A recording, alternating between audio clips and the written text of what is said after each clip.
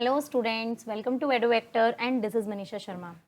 तो हम आज संडे की क्लास में आज हम देखने वाले हैं लाइट रिफ्रैक्शन एंड रिफ्रैक्शन के एनसीईआरटी बुक क्वेश्चंस। इसमें क्या है कि इसमें जो भी हमारे एनसीईआरटी के बुक क्वेश्चन आंसर्स एक्सरसाइज वाले नहीं, जो ब्लू कलर के क्वेश्चंस मिलते हैं हमें आफ्टर टॉपिक, तो हम आज सिर्फ उन क्वेश्चंस को देखेंगे और नेक्स्ट वाले वीडियो में हम एक्सरसाइज क्वेश्चंस क्लियर है। स्टार्ट करते हैं। तो ये है हमारे पास एनसीईआरटी बुक पेज नंबर 168 पर दिए हुए क्वेश्चंस। ठीक है, तो मैंने वहाँ पे पेज नंबर भी डायरेक्ट लिख दिया है कि कौन सी बुक, सॉरी एनसीईआरटी बुक का कौन सा पेज नंबर है और उसका कौन सा क्वेश्चन है, जिससे कि आपको ढूंढने में भी आसानी हो और आप डायरेक्ट ही इस क्वेश्चन को जाकर वहाँ पे चेक कर सकते हैं। क्लियर, तो स्टार्ट करते हैं। Define the principal focus of a concave mirror. हम सब पढ़ चुके हैं light reflection refraction, we did everything. तो आप, ये तो बहुत ही आसान है। आप चाहें तो इसे अपनी लैंग्वेज में भी लिख सकते हैं, ऐसा बिल्कुल नहीं है कि आपको सिर्फ बुकिश लैंग्वेज लिखनी है। सिंपल प्रिंसिपल फोकस क्या होता है, तो हम सबसे पहले कॉनकेव मिरर जो बनाते हैं, ये हमारे पास प्रिंसिपल एक्सिस होती है। ठीक है, ये हमारे पास पोल है और ये हमारे पास यहाँ पर फोकस होती है एफ। प्रिंसिपल फोकस क्या होता है, ये होती है। क्लियर, तो प्रिंसिपल फोकस को हम ये बोल सकते हैं कि ये प्रिंसिपल एक्सिस पर वो पॉइंट है जहाँ पर जितनी भी लाइट रेज हैं वो क्या करते हैं। अब मैंने आपको उसमें कुछ रूल्स बताए थे कि light rays goes parallel to the principal axis and passes through the focus. Light ray goes parallel to the principal axis and passes through the focus. Simple बात बस इतनी है कि प्रिंसिपल फोकस कॉनकेव मिरर का वो होता है कि जब भी लाइट रे पैरेलल जाती है प्रिंसिपल एक्सिस के, वो क्या करती है, कन्वर्ज हो जाती है और कन्वर्ज होकर कहाँ मीट करती है, फोकस पे मीट करती है। क्लियर, अपनी लैंग्वेज में लिखना, बिल्कुल रटने की जरूरत नहीं है। आई डोंट थिंक कि अगर इतना पढ़ाने के बाद भी आप कुछ चीज़ों को रटेंगे तो आप कंफ्यूज हो जाएंगे।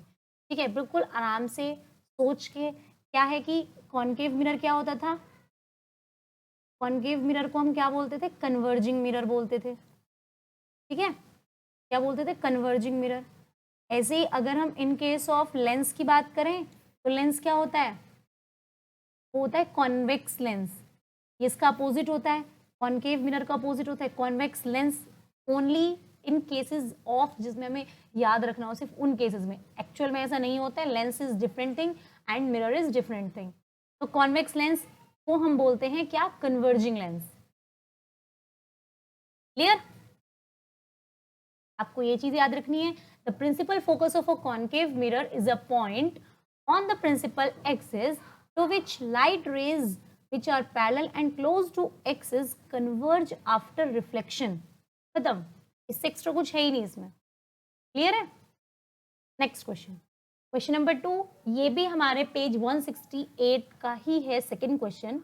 The radius of curvature of a spherical mirror is 20 centimetre, what is it's focal length. अब कहेंगे कि मैम ये तो इतना इजी है कि बस इसमें एक चीज पता होनी चाहिए। क्या होती थी हमारे पास, क्या होती है, रेडियस दे रखी है 20 सेंटीमीटर, फोकल लेंथ पूछ ली, इतनी कौन सी बड़ी बात हो गई। F is equals to R/2, बस हो गया। क्या निकालेंगे, R गिवन है, R की वैल्यू पुट कर देंगे 20/2, F हो गए हमारे पास 10 सेंटीमीटर।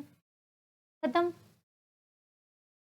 आपको बहुत मजा आ रहा होगा अब तो ये क्वेश्चंस करते हो क्योंकि बहुत इजी लग रहे हैं, right. Question number 3, name a mirror that can give an erect and enlarged image of an object।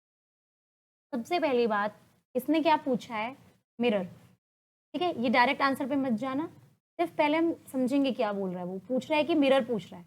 तो मैंने आपको 2 मिरर कराए थे, एक कॉनकेव मिरर और एक हमने करा था कॉन्वेक्स मिरर। क्लियर, एक हमने कॉनकेव मिरर पढ़ा, एक हमने कॉन्वेक्स मिरर पढ़ा। उसने बोला है इरेक्ट, इरेक्ट इमेज भी मिल रही है, एक उसने बोला एनलार्ज्ड इमेज भी मिल रही है। कौन सा है जो एक इरेक्ट और एनलार्ज्ड इमेज देता है ऑब्जेक्ट की। ठीक है, अब इरेक्ट इमेज कहाँ मिलेगी, इरेक्ट हमने क्या कहा था आपको, वर्चुअल केस में इरेक्ट इमेज मिलेगी, वर्चुअल केसेस में इरेक्ट इमेज मिलेगी। वर्चुअल एंड इरेक्ट का एक पेयर होता है। वैसे तो कॉनकेव मिरर में रियल और इन्वर्टेड ज्यादा होते हैं, सिर्फ वर्चुअल और इरेक्ट एक ही होता है, और उसी में ही हमें एनलार्ज इमेज मिलती है in case of concave mirror. अब आपको अगर वो रूल्स याद होंगे कि कहाँ पे रखने से, कहाँ पे ऑब्जेक्ट को रखने से वर्चुअल इरेक्ट इमेज मिलेगी, कहाँ पर ऑब्जेक्ट को रखने से रियल इन्वर्टेड इमेज मिलेगी, तो आप उसे बहुत इजीली कर सकते हैं। क्लियर? नेक्स्ट है, why do we prefer a convex mirror as a rear view mirror in vehicles? ये क्वेश्चन मैंने आपको कराया हुआ है, जो कि आई होप बहुत इजी भी है। इसमें कोई भी लॉजिक लगाने की जरूरत नहीं है, सिंपल है कि कॉन्वेक्स मिरर को हम रियर व्यू मिरर्स की जैसा क्यों प्रेफर करते हैं व्हीकल्स में, क्योंकि वो क्या होते हैं कि वो दूर तक की जो उसमें मिरर्स पे आपने लिखा देखा होगा, an object in the mirror are closer than they appear. ये बाइक्स पे, हर चीज़ पे, हर सबके मिरर में लगा रहता है। तो उसमें वो कौन सा मिरर होता है? वो कॉन्वेक्स मिरर होता है।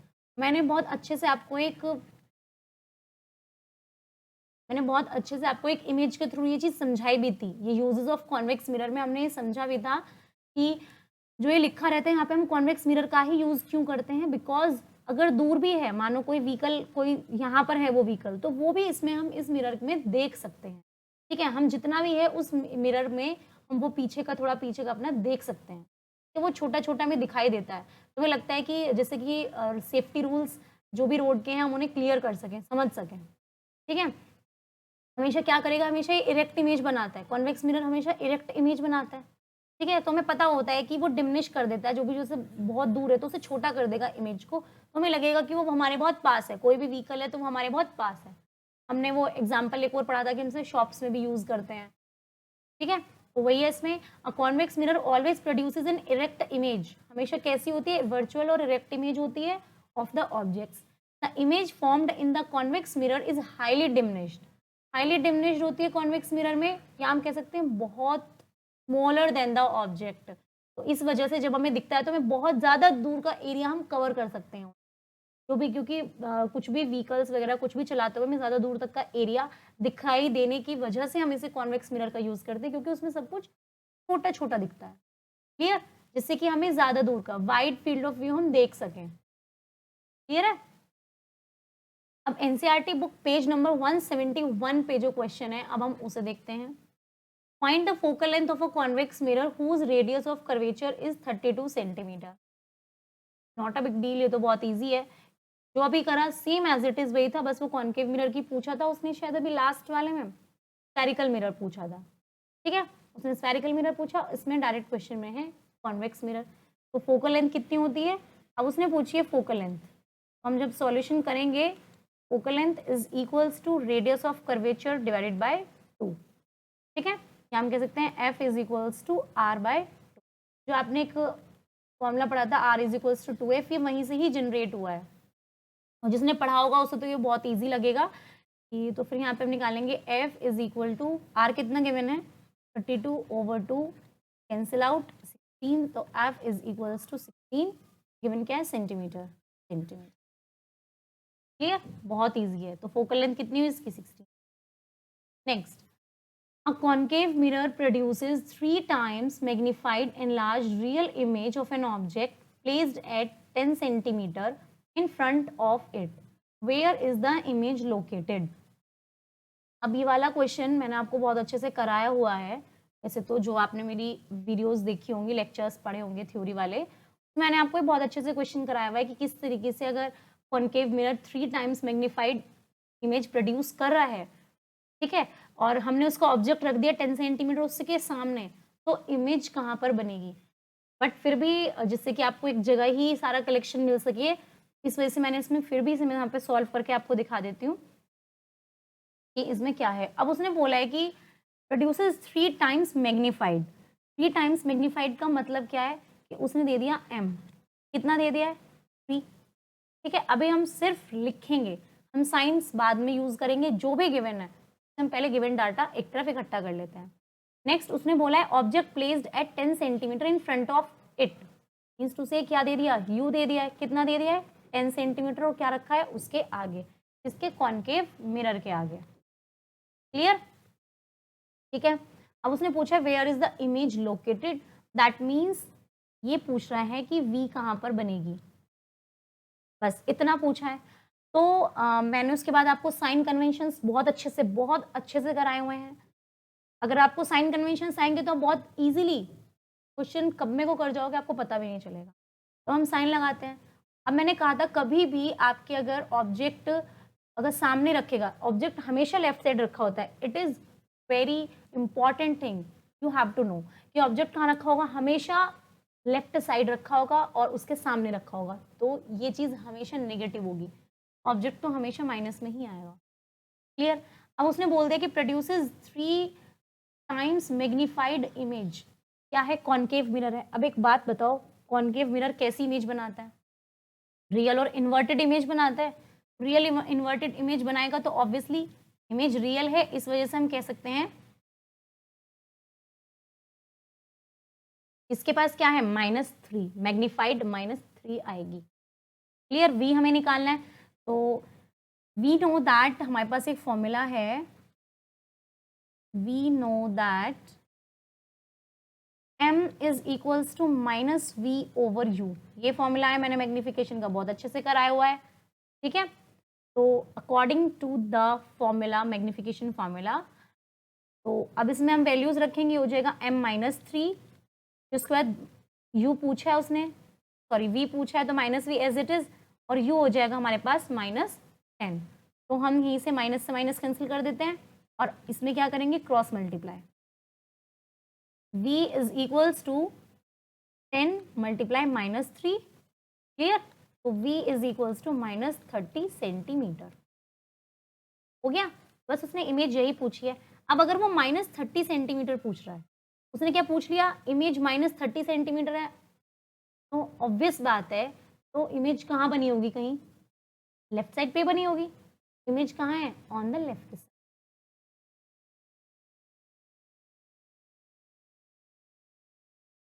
क्लियर है।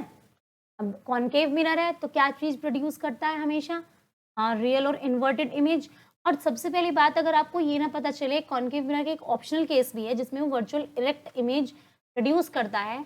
उसने यहाँ पे लिख दिया है कि क्या बना रहे हैं, वो रियल इमेज बना रहे हैं। तो रियल इमेज बनाते ही आप समझ जाना कि रियल इमेज बना रहे हैं, तो इसका मतलब है कि क्या होगा, m- का हो ही जाएगा।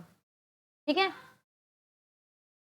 Next question, NCERT book page number 176 का। अब हम पढ़ते हैं नेक्स्ट क्वेश्चन। इसमें है, a ray of light travelling in air enter obliquely into water, does the light bend towards normal or away the normal, why? ये तो बस क्या है कि इसमें तो कुछ है ही नहीं, तो आपको इसे समझने की ज़्यादा जोर देने की जरूरत ही नहीं है। उसने पूछा है कि रे ऑफ लाइट ट्रैवल कर रही है वाटर में ऑब्लिकली, बहुत ज़्यादा अच्छे से, बहुत डिटेल में, अलग से वीडियो बना के, ये सब चीज़ें मैंने एक एक टॉपिक पे वीडियो बनाई है। आप ये नहीं कह सकते हैं कि कोई टॉपिक मैंने मिस भी किया है। एक एक टॉपिक पे जो टॉपिक मुझे लगता है कि हाँ, ये इसे आपको अलग से नॉलेज देनी चाहिए, लाइक रिफ्रैक्टिव इंडेक्स, ये बहुत छोटा सा है कहने को टॉपिक, मैंने उस पर भी एक अलग वीडियो बनाई है। ठीक है। तो उसका कोई सवाल ही पैदा नहीं होता कि ये टॉपिक नहीं पढ़ाया गया है मैम, और हम इस क्वेश्चन को करने में मतलब प्रॉब्लम क्रिएट हो रही है, ऐसा नहीं होने वाला। क्लियर। बिल्कुल बेसिक से पढ़ाया, और हर एक चीज़ जो एग्जाम में आए ना आए, we doesn't matter, we have to provide you everything, and I did. Clear. तो मैंने आपको बहुत अच्छे से क्या चीज़, अब ये है, रे ऑफ लाइट ट्रेवल कर रही है obliquely in water, air travel कर रही है, क्या लाइट, अब देखो ये हमारे पास मीडियम होगा, नीचे हो गया मेरे पास क्या, वाटर, और ये हो गया मेरे पास यहाँ पे एयर। अब उसने कहा एक रे ऑफ लाइट एयर से वाटर में जा रही है, तो क्या वो अवे फ्रॉम नॉर्मल करेगी या फिर टुवर्ड्स नॉर्मल करेगी? ऑब्वियसली बात है भाई, ये है क्या, रेयर मीडियम, ये है क्या, डेंसर मीडियम।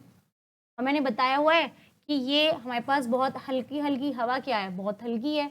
अब उसमें क्या करेगी, ऑब्वियसली लाइट जाएगी, तो वो उसकी स्पीड बहुत तेज़ होती है एयर में, एयर में बहुत तेज़ होती है लाइट की स्पीड। वो क्या करेगी, जैसे उसे ज़्यादा ब्रेकर दिखा टाइप, बाउंड्री ज़्यादा बड़ी है, तो वो नॉर्मल के पास हो जाएगी, झुक जाएगी, अपनी स्पीड कम कर लेगी। क्लियर। तो क्या हो जाएगा, ये टुवर्ड्स द नॉर्मल हो जाएगी। बस ये तो बात करना चाह रहे हो। When a ray of light traveling in air enters obliquely into water, it bends towards the normal. This is because water is optically denser than air, due to which speed of light waves decreases on entering water, making the light bend towards the normal. ये तो एक language, आपको एक proper answer हो गया। रटो मत, normal बात है। वो तुमसे क्वेश्चन पूछ रहा है और ये क्वेश्चन उस वो हद से आपसे 2 मार्क या 1 मार्क में पूछेगा। तो आपको नॉर्मल क्या है कि जब एक रे ऑफ लाइट एयर से वाटर में जाएगी तो सबसे पहले हमने उसकी बात बता दी कि वो टुवर्ड्स द नॉर्मल बेंड हो जाएगी। दूसरी चीज उसने वाई पूछ लिया तो 2 मार्क्स का क्वेश्चन हो गया। सेकेंड बताओगे because air is a rarer medium and water is denser medium. When a light ray enters from rarer medium to denser medium, it bends towards the normal because the speed of light waves decreases on entering in the denser medium. खत्म बात। Clear? Question 2. Light enters from air to glass having refractive index 1.50. What is the speed of light in the glass? The speed of light in the vacuum is 3 into 10 to the power 8 metre पर second. ऐसा तो है ही नहीं कि ये question में मैंने आपसे ना कराया हो, आपको ना कराया हो, भी मैंने कराया हुआ है, बट फिर भी एक बार और देख लेते हैं। उसने बोला है कि लाइट एंटर कर रही है एयर से ग्लास में, रिफ्रैक्टिव इंडेक्स बोल रही हूँ। लाइट एंटर कर रही है एयर से ग्लास में, उसने बोला रिफ्रैक्टिव इंडेक्स दे दिया 1.50। डेफिनेटली मैंने कराया आपको ये, बट फिर भी क्या कर रही है एयर से ग्लास में, बताइए यहाँ से यहाँ जा रही है, ठीक है। तो जो पहले है उसे पहले लिखेंगे, जो बाद में उसे बाद में लिखेंगे। क्लियर? अब उसने बोला है कि रिफ्रैक्टिव इंडेक्स उसने हमें दे दी है 1.50। What is the speed of light in glass? Speed of light पूछ ली है ग्लास में, तो हम v कह देते हैं, v इन ग्लास उसने हमसे पूछा है। और स्पीड ऑफ लाइट इन हम मान लेते हैं, चलो वैक्यूम या फिर एयर, इसे हमने वी जी मान लिया है, और ये हो गया हमारे पास वी ए, जो कि है क्या इन एयर। ये कितनी दे रखी है 3 into 10 to the power 8 metre पर सेकेंड। अब मैंने आपको एक फॉर्मूला बताया हुआ है कि जब भी अगर हमें रिफ्रैक्टिव इंडेक्स निकालना है एयर से ग्लास में, is equal to speed of light in air to the speed of light in glass. फॉर्मूले हैं, सीधे सीधे पुट करना है, कुछ भी नहीं इससे आगे करना है। अब putting the values of refractive index 1.0 is equals to 3 into 10 to the power 8 upon v g. Okay जी, अब हम पढ़ेंगे तो हमने कर दिया इसका क्रॉस क्रॉस क्रॉस मल्टीप्लाई, तो v g multiply 1.50 is equal to 3 into 10 to the power 8। Okay, then VG अगर हम सॉल्व करेंगे तो 3 into 10 to the power 8 over 1.5। अब सबको पता है वो छोटा छोटा वाला भी है कि, या फिर इसे सीधा सीधा काट दो कि 1.50 into 3 कितना होगा 2 टाइम्स, तो VG is equal to 2 into 10 to the power 8 metre पर second, and this is our answer which we want. आप किसी को ये प्रॉब्लम हो रही हो तो चलो हम इसको थोड़ा और छोटा कर देते हैं, यहाँ पे कर देते हैं, ये 3 into 10 to the power 8 over 1.50 कैसे कैंसिल हुआ, 2 जीरो यहाँ लगाई, 1 जीरो से ये 1 जीरो काटी, ये पॉइंट वाली 2 जीरो लगी थी। अब 3 5 जो 15 एंड 5 10, 2 ऐसे आ गया वो। क्लियर? नेक्स्ट है question, find out from the table. अब मैंने आपको ये टेबल कराई हुई है और बहुत ही अच्छे से बताई हुई है, ठीक है, लेकिन मैंने आपको इसमें ये भी बताया था कि कुछ ज़्यादा इंपॉर्टेंट चीज़ें हैं, बस उन्हीं को रखना है, ज़्यादा आपको नहीं रखना है, तो बस उसी से ही काम चल जाएगा। बस इसमें मैंने आपको शायद एक चीज़ और बताई थी, 6th नंबर पे डायमंड, जिसकी 2.42 होती है। क्वेश्चन है find out from the table the medium having highest optical density, also find the medium with lowest optical। देखो, हाईएस्ट ऑप्टिकल डेंसिटी का मतलब क्या है, जिसकी जितनी ज्यादा रिफ्रैक्टिव इंडेक्स उसकी उतनी ज्यादा ऑप्टिकल डेंसिटी। सबसे पहले क्या है, ये एयर, इसकी क्या रिफ्रैक्टिव इंडेक्स सबसे कम, RI सबसे कम, तो उसकी ऑप्टिकल डेंसिटी भी सबसे कम होगी। फिर नेक्स्ट आता है मेरे पास डायमंड की क्या है, रिफ्रैक्टिव इंडेक्स सबसे ज़्यादा, तो ऑप्टिकल डेंसिटी भी सबसे ज़्यादा। खत्म, सिंपल ये है। आपको इस टेबल में से अगर आपको लगे कि डायमंड से भी ज़्यादा किसी की रिफ्रैक्टिव इंडेक्स है तो फिर वो हो जाएगा। आपको ऐसा भी हो सकता है, तो सिंपल टेबल में दे दिया है, ऐसा भी हो सकता है सिर्फ ये 3 दे दे और इनमें पूछे कि हाईएस्ट ऑप्टिकल डेंसिटी बताओ और हाईएस्ट रिफ्रैक्टिव इंडेक्स, तो इन तीनों में क्या हो जाएगा, इसकी लोएस्ट हो जाएगी और इसकी सॉरी वाटर की हाईएस्ट हो जाएगी। बस आपको जितना गिवन होगा आपको उस डाटा से ही बताना है। क्लियर है? अब मैंने टेबल आपको इसीलिए इसमें क्वेश्चन में टेबल था तो मैंने टेबल आपसे बता दिया। टेबल के थ्रू वो आपसे 3 दे के भी पूछ सकता है, 2 दे के भी पूछ सकता है और 5 दे के भी पूछ सकता है। क्लियर है? नेक्स्ट लो, ऐसा भी क्वेश्चन आ गया, you are given kerosene, turpentine and water, in which of these light travels fastest. अब ये बताना है कि लाइट ट्रेवल फास्ट किस में करती है। अब हो भी सकता है कि आपको ये केरोसिन, टर्पेंटाइन और वाटर की रिफ्रैक्टिव इंडेक्स जरूर देगा। केरोसिन की कितनी है 1.44, वाटर की 1.33 की है 1.44, वाटर की है 1.33 और टर्पेंटाइन की है आई थिंक। क्लियर? उसने बोल दिया कि in which of these the light travels fastest. सबसे बड़ी बात है, अभी हमने क्या पढ़ा था, ऑप्टिकल डेंसिटी। जो हमारे पास ऑप्टिकल डेंसिटी होती है, optical density is directly proportional to refractive index. ये बात आपको ध्यान में रखनी है, पहली बात। ठीक है, अब दूसरी बात जो बताने जा रहे हैं, speed of light is inversely proportional to refractive index। Inversely proportional होगी, मतलब जितनी ज्यादा स्पीड ऑफ लाइट होगी उतनी ही कम उसकी रिफ्रैक्टिव इंडेक्स होगी। मतलब अगर ये बढ़ेगा तो ऑब्वियसली ये कम ही होगा और ये कम होगा तो ऑब्वियसली ये ज्यादा होगा। अब हमारे पास ये रिफ्रैक्टिव इंडेक्स दे दिए हैं, आपसे पूछा है कि केरोसिन, टर्पेंटाइन एंड वाटर की लाइट किस में ट्रेवल करेगी, जिसकी सबसे कम रिफ्रैक्टिव इंडेक्स उसकी क्या हो जाएगी, सबसे ज़्यादा ट्रेवल करेगी उसमें लाइट। क्लियर? तो अब हम क्या कहेंगे, तो रिफ्रैक्टिव इंडेक्स केरोसिन की कितनी है 1.44, ठीक है। रिफ्रैक्टिव इंडेक्स टर्पेंटाइन की कितनी है 1.47 और अगर हम वाटर की देखें तो 1.33। ऑब्वियसली यार वाटर की कितनी है 1.33 मीन्स लोएस्ट है, सबसे कम रिफ्रैक्टिव इंडेक्स इसी की है, तो लाइट इसी में ही सबसे स्पीड से चलेगी। अगर यहाँ और वैसे अगर हम एक्चुअल में देखें तो एयर की सबसे कम होती है, कितनी होती है 1.003, तो इसी वजह से एयर में सबसे स्पीड से लाइट चलती है। Clear? Next question, the refractive index of diamond is 2.42। What is the meaning of this statement? क्या मीनिंग है इसका? ओह ऑब्वियसली आप कहोगे कि अब इस टाइप का क्वेश्चन भी कैसे आ गया। मैंने आपको एक चीज़ बताई थी कि अगर वो रिफ्रैक्टिव इंडेक्स डायरेक्ट किसी भी एक चीज़ की दे दे, कोई भी एक चीज़, अगर मानो कोई light, speed of light air से ग्लास में जा रही है, कोई लाइट एयर से वाटर में जा रही है, तो हम उसे डायरेक्ट कह देते हैं कि रिफ्रैक्टिव इंडेक्स ग्लास की है, रिफ्रैक्टिव इंडेक्स किसकी है, वाटर की है, बिकॉज एयर से ही तो जा रही है। लेकिन अगर दोनों मीडियम अलग अलग होंगे, वाटर और ग्लास, तब हम ऐसा नहीं कहेंगे। मैंने एक चीज़ बहुत अच्छे से, और आप चेक कर लेना कौन सी वीडियो में थी, एक ये चीज़ थी कि किसमें वो एब्सोल्यूट होता है, किसमें रिलेटिव होता है, तो वो वाली चीज़ है कि अगर एयर से जा रही है तो ऑब्वियसली रिफ्रैक्टिव इंडेक्स हम ग्लास की ही कहेंगे, क्योंकि हम सबको मेजर एयर से करते हैं।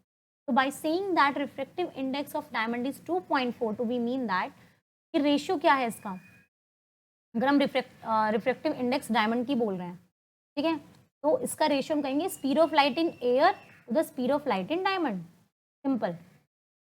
लेकिन रिफ्रैक्टिव इंडेक्स किसकी है, डायमंड की, बताइए ना आपको ये बात।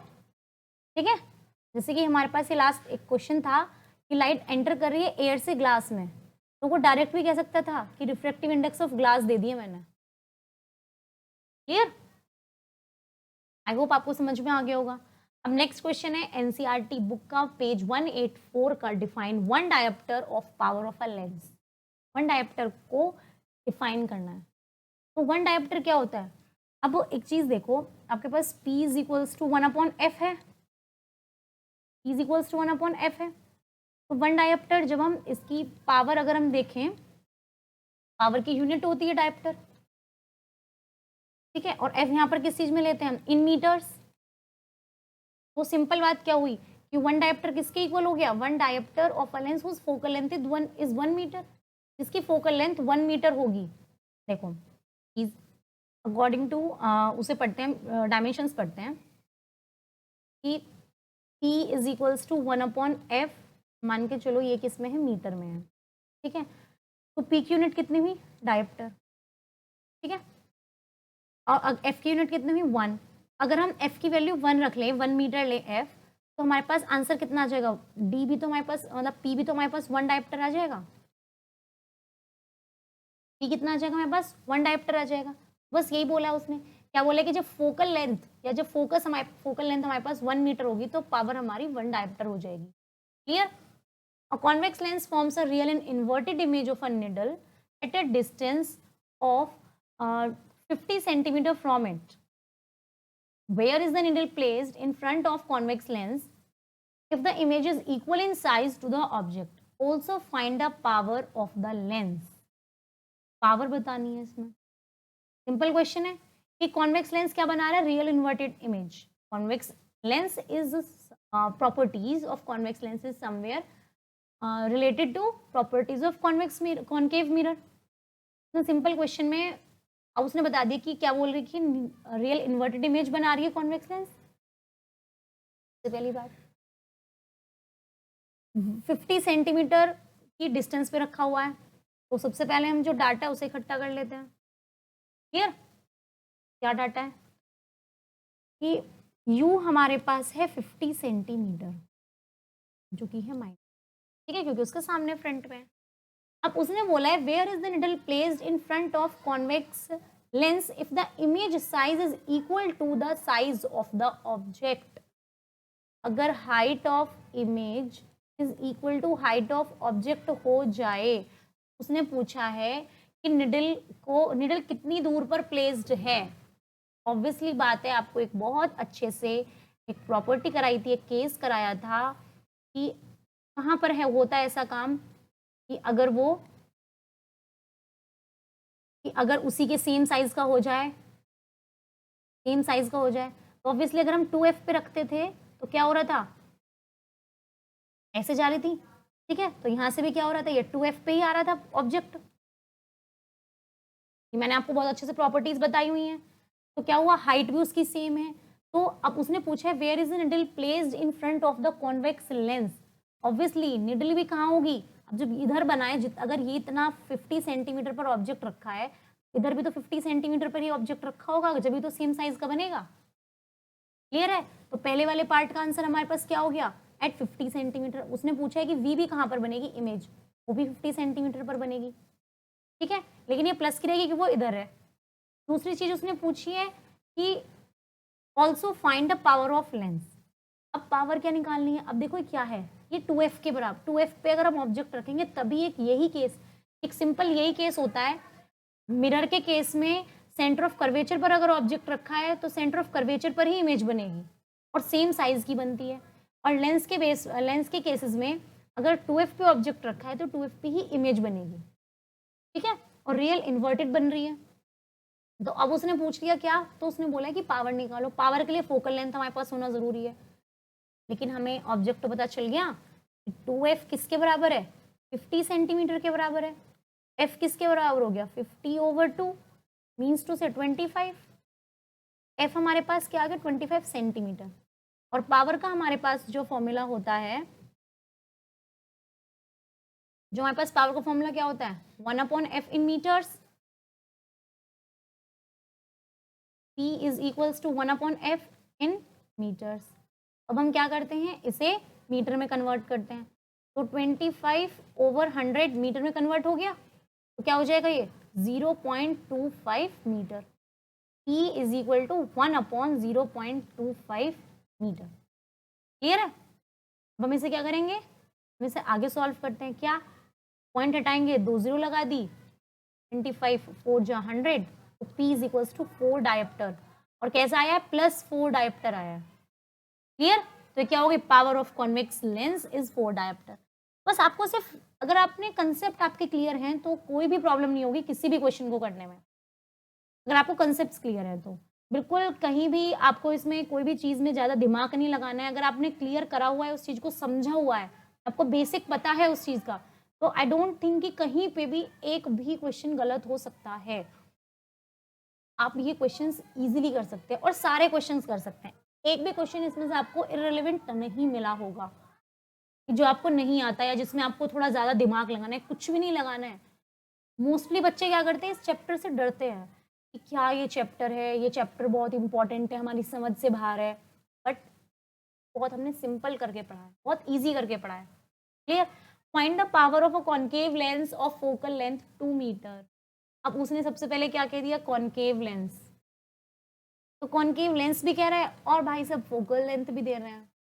तो कॉन्केव लेंस में फोकल लेंथ क्या हो जाएगी, माइनस की, वो मानता ही नहीं है।